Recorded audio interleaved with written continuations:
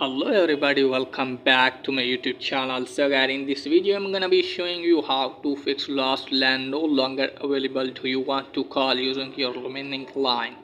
If you want to call to your contacts and it's showing this type of error, then what you need to do is just simply close this page from here.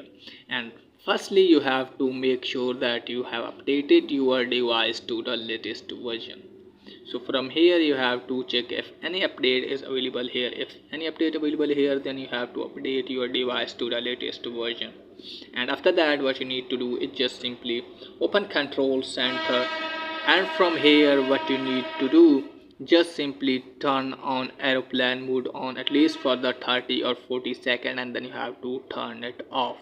And after that check whether your phone has been fixed or not. And if the power supply is there, then what you need to do is just simply open settings, and from here you have to tap on your cellular data, and from here you have to tap on cellular data options, and from here make sure that if this toggle is turned off, and from here you have to select on 4G or 5G, and then you have to go back and then you have to tap on network selection, and from here you have to turn the toggle on for automatic, and then check whether your palm has been fixed or not. And if the palm is this there, then what you need to do is just simply open settings, and after that what you need to do is just simply tap on general. Now from here what you need to do is just simply tap on transfer reset, tap on reset. From here what you need to do is just simply tap on reset network setting. So from here you have to reset your network setting. Just simply tap on reset network setting. This will delete all network settings, returning them to factory defaults.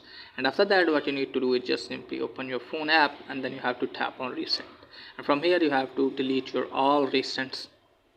Okay guys, you have to slide to the left side and you have to delete all your recent, and then you have to restart your device, and after that hopefully your problem will be fixed. So that's it guys for today's video. If the video is helpful, please like and subscribe my channel. Thanks for watching.